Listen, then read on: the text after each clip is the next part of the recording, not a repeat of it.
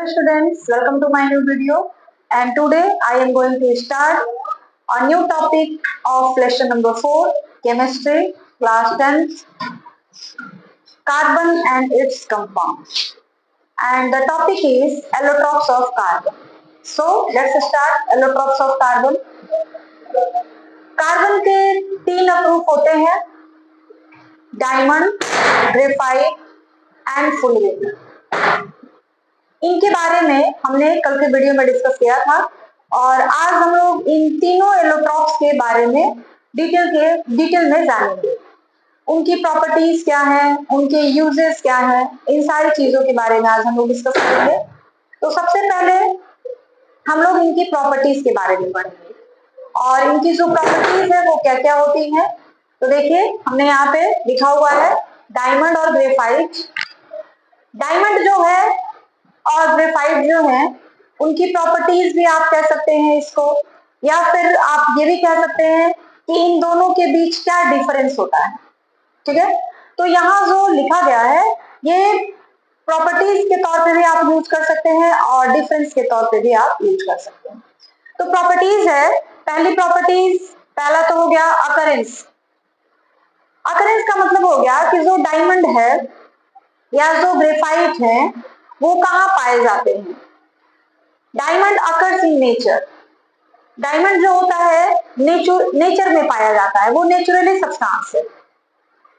It is also found in nature. जो हमारा graphite है वह भी नेचर में पाया जाता है, लेकिन डायमंड को और ग्रेफाइट को दोनों को हम लोग सिंथेटिकली फॉर्म भी कर सकते हैं, बना भी सकते हैं। और दोनों जो होते हैं डायमंड और graphite pure form of carbon होते हैं। ठीक है, कार्बन भी डायमंड भी और ग्रेफाइट भी दोनों जो है प्योर फॉर्म ऑफ कार्बन है।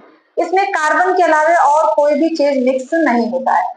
लेकिन जब इनको हम लोग बनाते हैं, सिंथेटिक रूप से इसको हम लोग प्रिपेयर करते हैं, वैसे सिचुएशन में इसमें कुछ चीजें मिलाई जाती हैं।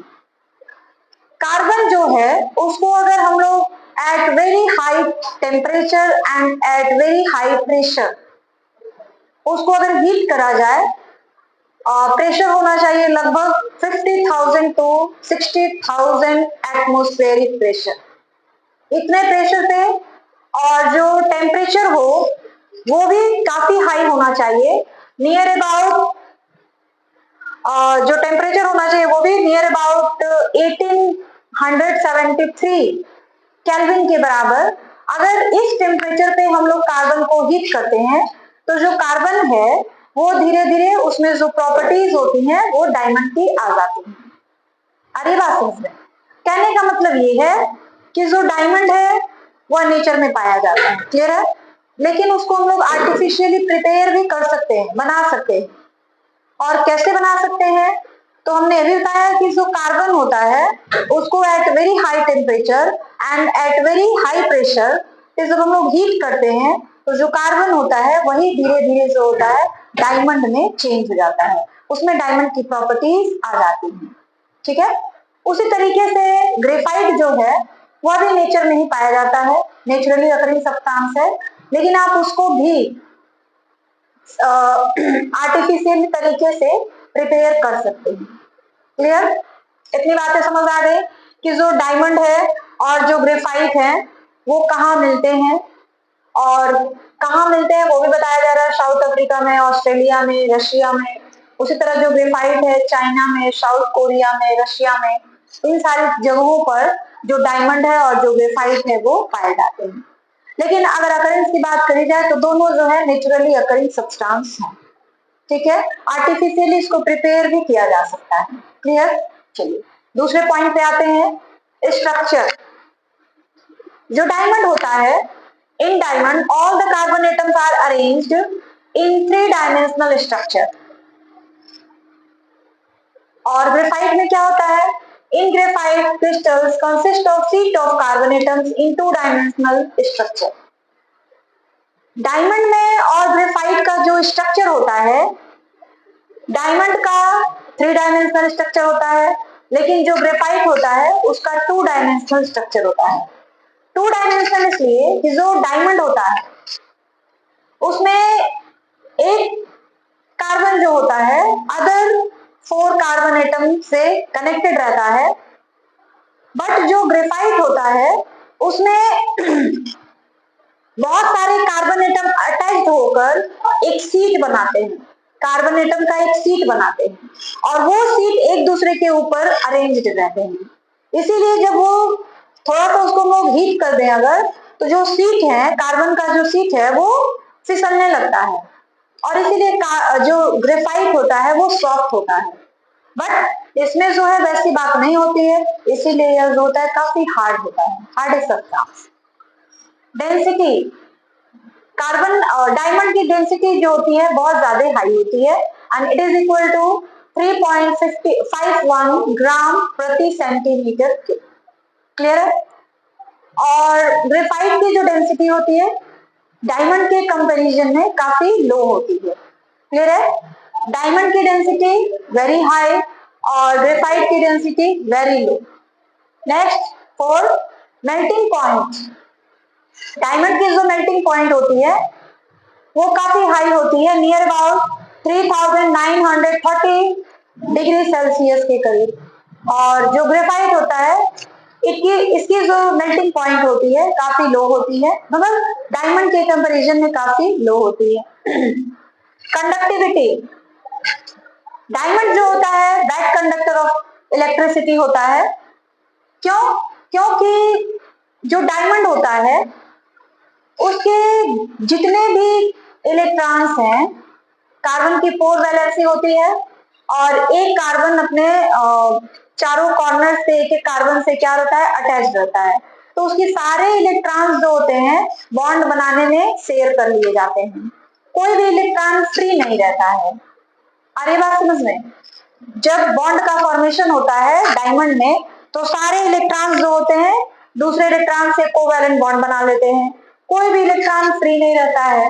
इसलिए जब इलेक्ट्रॉन इसमें फ्री नहीं होते हैं तो यह जो होता है बैड कंडक्टर ऑफ इलेक्ट्रिसिटी होता है। हमें आपको पता होगा कि जिसमें फ्री इलेक्ट्रॉन पाए जाते हैं वो गुड कंडक्टर ऑफ इलेक्ट्रिसिटी होता है, जिसमें फ्री इलेक्ट्रॉन नहीं पाए जाते हैं बैड कंडक्टर ऑफ इलेक्ट्रिसिटी होता है। तो डायमंड में जो कार्बन एटम की अरेंजमेंट होती है, जो व्यवस्था होती है, उसमें कोई भी इलेक्ट्रॉन फ्री नहीं रह पाता है, सारे इलेक्ट्रॉन किसी न किसी इलेक्ट्रॉन के साथ कोवैलेंट बॉन्ड बनाते हैं और कोई इलेक्ट्रॉन फ्री नहीं रहता है। इसलिए जब फ्री इलेक्ट्रॉन नहीं होते हैं इसमें तो यह जो होता है बैड कंडक्टर ऑफ इलेक्ट्रिसिटी होता है। आई बात समझ में? लेकिन जो ग्रेफाइट है यह गुड कंडक्टर ऑफ इलेक्ट्रिसिटी होता है। हालांकि है तो ये कार्बन का ही एलोट्रॉप्स, लेकिन फिर भी यह जो होता है गुड कंडक्टर ऑफ इलेक्ट्रिसिटी होता है, क्योंकि इसमें 2 डायमेंशनल स्ट्रक्चर होता है। एक कार्बन जो होता है वो अलग अलग 2 कार्बन एटम से अटैच रहता है और बाकी के जो एक कार्बन एटम्स होते हैं वो फ्री हो जाते हैं, तो उसके जो वैलेंसी इलेक्ट्रॉन होते हैं वो भी फ्री हो जाते हैं। इसलिए यह जो होता है गुड कंडक्टर ऑफ इलेक्ट्रिसिटी होता है। ठीक है?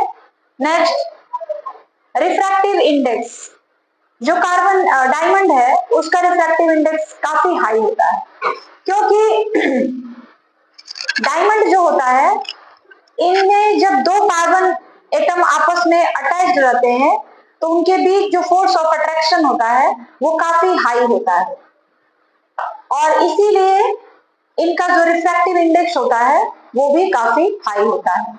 लेकिन जो ग्रेफाइट होता है उसमें 2 कार्बन एटम्स के बीच एक वीक वंडर वाल्स बल काम करता है। वंडर वाल्स बल भी एक फोर्स ऑफ अट्रैक्शन ही है, लेकिन वहां पर 2 कार्बन एटम्स के बीच जो फोर्स ऑफ अट्रैक्शन लगता है वो वीक वंडर वाल्स बल होता है, फोर्स होता है। इसलिए जो ग्रेफाइट होता है उसकी रिफ्रैक्टिव इंडेक्स थोड़ा कम होता है और यही रीजन है कि वो सॉफ्ट भी होता है। Next, it is transparent substance. जो डायमंड होता है वो ट्रांसपेरेंट होता है और इसीलिए इसके ज्वेलरी बनाई जाती है ट्रांसपेरेंट होने के कारण। लेकिन जो ग्रेफाइट होता है वो ट्रांसपेरेंट नहीं होता है और ट्रांसपेरेंट ना होने के कारण यह मतलब ज्वेलरी बनाने के काम तो नहीं आता है। यह ग्रीशी ब्लैक कलर का सब्सटेंस होता है और इसका यूज जो होता है हम लोग एज अ लुब्रिकेंट यूज करते हैं। 8 number, it is unreactive substance. जो डायमंड होता है वो अनरिएक्टिव होता है, जल्दी किसी से रिएक्शन नहीं करता है। बट जो ग्रेफाइट होता है वो रिएक्टिव होता है, केमिकली वो रिएक्टिव होता है। 9 number, it is हार्डेड substance.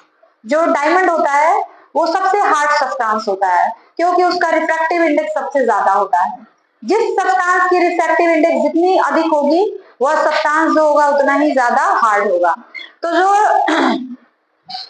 Diamond है उसका रिफ्रैक्टिव इंडेक्स काफी हाई होता है, इसलिए ये काफी हार्ड भी होता है। बट जो ग्रेफाइट है उसका रिफ्रैक्टिव इंडेक्स लो होता है, इसलिए वो हार्ड उतना नहीं होता है, सॉफ्ट होता है। क्लियर है? और सॉफ्टनेस की वजह हमने भी बताया कि इसमें जो कार्बन एटम होते हैं वो शीट के फॉर्म में पाए जाते हैं और एक दूसरे के ऊपर लगे रहते हैं और जब इसको थोड़ा सा हीट कर जाता है तो ये एक दूसरे के ऊपर फिसलने लगते हैं, इसी वजह से ये सॉफ्ट हो जाते हैं। ठीक है, तो ये था डायमंड और ग्रेफाइट के बीच का डिफरेंस, या आप कह सकते हैं डायमंड और ग्रेफाइट की प्रॉपर्टीज। अब उसके यूज क्या क्या है वो हम लोग जानेंगे। ठीक है, so this is the use of diamond and graphite. अभी हमने पढ़ा इनकी प्रॉपर्टीज क्या है, डायमंड की एंड ग्रेफाइट की।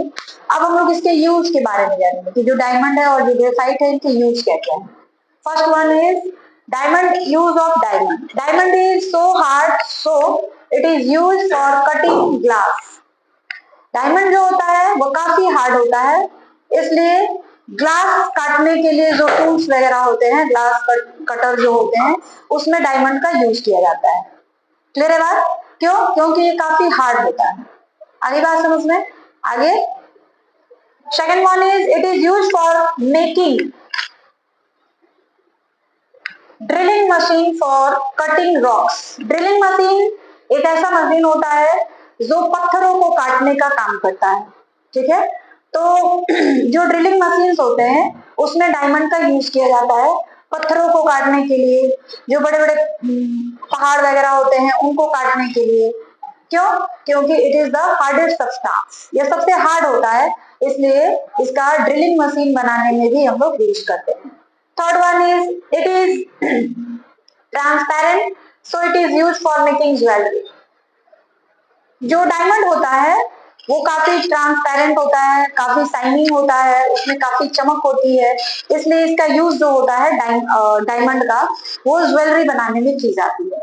और जिस तरह से सोने की प्यूरिटी जो होती है कैरेट में नापी जाती है, उसी तरीके से जो डायमंड होता है इसकी भी प्यूरिटी और साइज, जो साइज होता है डायमंड का वह भी हम लोग किससे नापते हैं? कैरेट में ही नापते हैं। और 1 कैरेट इज इक्वल टू लगभग 200 mg के इक्वल होता है। 1 carat is equal to 1 carat is equal to near about 1 carat is equal to near about 200 mg milligram. आई बात समझ में? जैसे सोने की शुद्धता जो होती है, सोने की प्यूरिटी जो होती है कैरेट में नापी जाती है, और आपको भी पता है कि जो प्योर गोल्ड होता है वो 24 कैरेट का होता है। ठीक है, और अगर 23 कैरेट का कोई गोल्ड ज्वेलरी है इसका मतलब है कि उसमें 23 पार्ट्स जो हैं वो गोल्ड के हैं और बाकी के जो 1 पार्ट है वो या तो कॉपर हो सकता है या फिर सिल्वर हो सकता है। ठीक है, और गोल्ड जो होता है वो काफी सॉफ्ट होता है, उसकी जब डिजाइनिंग की जाती है तो डिजाइनिंग अच्छे से बनता नहीं है, इसलिए उसको हार्ड बनाने के लिए उसमें कॉपर या सिल्वर मिक्स कर दिया जाता है। कॉपर एंड सिल्वर के मिक्स होने से जो गोल्ड होता है वो हार्ड हो जाता है, और जब हम लोग उसका ज्वेलरी बनाते हैं तो उसमें जो डिजाइन बनते हैं वो अच्छे से बन पाते हैं, लेकिन जब सॉफ्ट होता है तो डिजाइन अच्छे से नहीं बन पाता है, इसीलिए सोने में ये मिक्सिंग की जाती है। तो उसी तरीके से जो डायमंड होता है उसकी भी ज्वेलरी बनाई जाती है और उसकी भी साइज को और प्यूरिटी को कैरेट से ही मेजर किया जाता है। 1 carat is equal to near about 200 milligram के इक्वल होता है। सबसे बड़े साइज का जो डायमंड है वो कोहिनूर डायमंड है, जो कि पहले भारत में हुआ करता था, लेकिन जब हमारा देश आजाद हुआ और अंग्रेज जो थे वो भारत छोड़ के जाने लगे, उस समय उन्होंने जो कोहिनूर हीरा था, डायमंड जो था, उसको अपने साथ ले गए और वो जो है प्रेजेंट टाइम में वहां की जो महारानी है, इंग्लैंड की जो महारानी है, उनके क्राउन में यानी मुकुट में लगा हुआ है। ठीक है, बहुत सारी सरकारें आई और ये दावा करी कि हम लोग जो कोहिनूर हीरा है, कोहिनूर हीरा को इंडिया वापस लाएंगे, लेकिन अभी तक ऐसा कोई कर नहीं पाया है। ठीक है, तो सबसे बड़े साइज का जो डायमंड है वो कोहिनूर है, जो कि पहले कभी इंडिया में रहा था, हुआ करता था और आज इंग्लैंड में। ठीक है, चलिए आगे। Sharp-edged diamonds are used as a tool by eye surgeon to remove cataract from eye. कहने का मतलब ये है कि जो शार्प नोकीले एज वाले डायमंड होते हैं, नोकीले एज वाले डायमंड जो होते हैं, उनका यूज जो होता है वो एक टूल्स के रूप में सर्जन द्वारा किया जाता है। आई में अगर कुछ चीज चली गई है या कुछ चीज पड़ गई है तो उसको निकालने के लिए जो आई के सर्जन होते हैं उनके थ्रू जो उनमें उनके जो टूल्स होते हैं जो आंखों के ऑपरेशन वगैरह के लिए बनाए जाते हैं, उसमें उस डायमंड का यूज किया जाता है। क्यों? क्योंकि जो डायमंड है वो केमिकली अनरिएक्टिव होता है और बाकी अगर आप किसी मेटल का यूज कर लेते हैं या किसी अदर नॉन मेटल का यूज कर लेते हैं तो वह हो सकता है आपके बॉडी में जब जाए तो किसी चीज से रिएक्ट कर लेगा और रिएक्ट करने के बाद किसी नए कंपाउंड का फॉर्मेशन हो जाएगा, जिसकी वजह से प्रॉब्लम घटने की बजाय और बढ़ सकती है।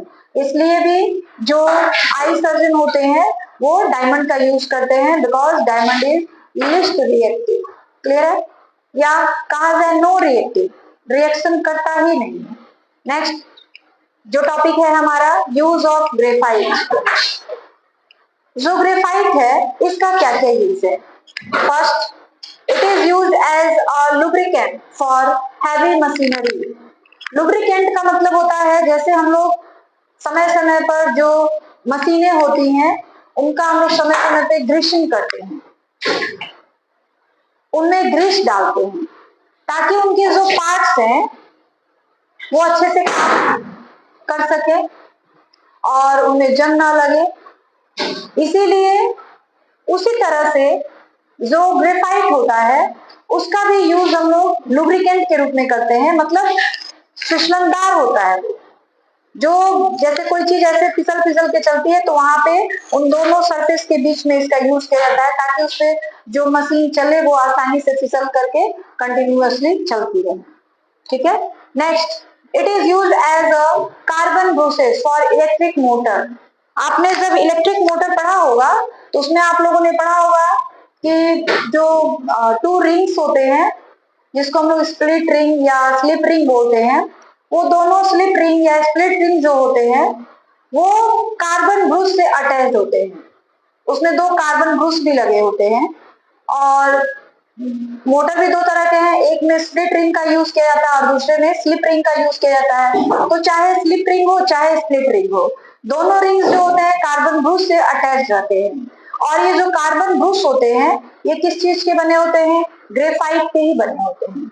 तो वही यहाँ पे बताया गया है, it is used as a carbon brushes of electric motors. Next, it is mixed with wax or clay and used for making the cores of lead pencil. आपने छोटे क्लासों में जब नर्सरी में, एलकेजी में, यूकेजी में जब आप पढ़ते होंगे तो वहां आपको पेंसिल से लिखना सिखाया जाता होगा। तो पेंसिल की जो नोक होती है ब्लैक कलर की होती है, आपने देखा होगा।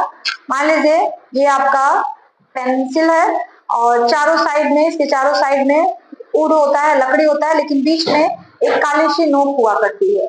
वो जो नोक होती है वो इसी ग्रेफाइट की बनी हुई होती है। And fourth one is it is used for making electrodes for dry cell. आपने देखा होगा पहले जब टॉर्च हुआ करते थे उसमें टॉर्च में जो हम लोग सेल डालते थे, सेल के अंदर जब आप उसको तोड़ के देखते थे, पूरा तोड़ के देखेंगे तो उसमें काला काला निकलेगा और बीच में एक इस टाइप का रॉड के टाइप का निकलता था काले कलर का। ऊपर जो है एक पीतल की टोपी लगी होती थी। तो जो काले कलर का रॉड टाइप का होता था उसी को हम लोग क्या कहते थे, इलेक्ट्रोड्स और ड्राई सेल। तो यह जो होता है ड्राई सेल में इलेक्ट्रोड्स के रूप में भी यूज किया जाता है। तो ये दोनों जो है काफी इंपॉर्टेंट टॉपिक्स हैं। डायमंड और ग्रेफाइट के यूज और उनकी प्रॉपर्टीज दोनों ही काफी इंपॉर्टेंट है। जब भी आप एग्जामिनेशन हॉल में जाइएगा पेपर देने, इन दोनों टॉपिक्स को अच्छे से पढ़ के जाइएगा। क्लियर है? And the new topic is fullerene. Fullerene क्या है? It is the new allotropes of carbon. Carbon का यह एक नया एलोट्रॉप्स है। It contains even number of carbon atoms ranging from 60 to 350. The C60 fullerene is most stable and was the first to be identified. It contains 60 carbon atoms which are arranged in the shape of football, so it is also called buckyball. जो fullerene है, this is the third allotropes of carbon atom. दो हमने already पढ़ लिया है, that is diamond and graphite. उनकी properties क्या है, उनके यूज क्या है, ये सारी चीजों को हमने कंप्लीट कर लिया है। अभी जो थर्ड एलोट्रॉप्स है कार्बन का, इट इज फुलरीन।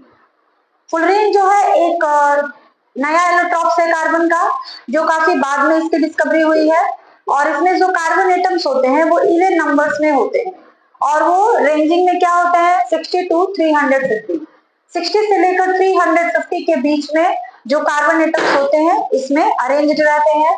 और सारे कार्बन एटम्स जो होते हैं इस तरह से अरेंज रहते हैं, इस तरह का फॉर्मेशन करते हैं कि जैसे यह एक फुटबॉल है। इसलिए इसको जो है हम लोग एक और नाम से जानते हैं, बक्की बॉल। इतनी बात समझ आ रही है? इसकी प्रॉपर्टीज जो है, इनके यूजेस जो है वो अभी तक हमको ज्यादा पता नहीं चल पाया है। साइंटिस्ट जो है वो इस खोज में लगे हुए हैं, बाद में चल के आगे और सारी जानकारियां हमको मिलेंगी।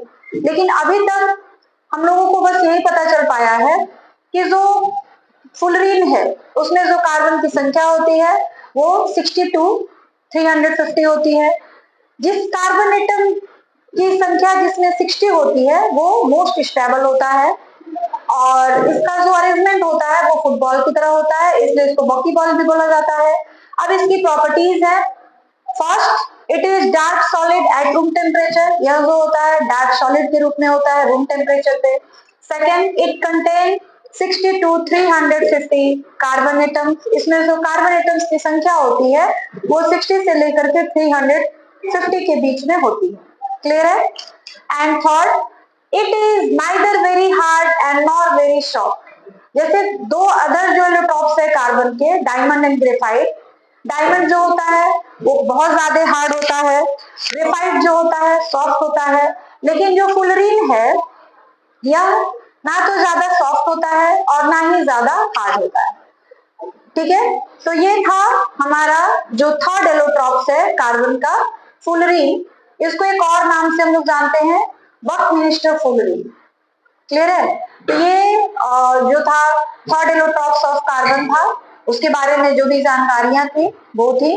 और हमने आपको पहले ही बताया कि जो एलोट्रॉप्स ऑफ कार्बन है वो एग्जाम के हिसाब से काफी इंपॉर्टेंट है। एग्जाम में काफी सवाल इसे कैरी किए जाते हैं, काफी सवाल पूछे जाते हैं।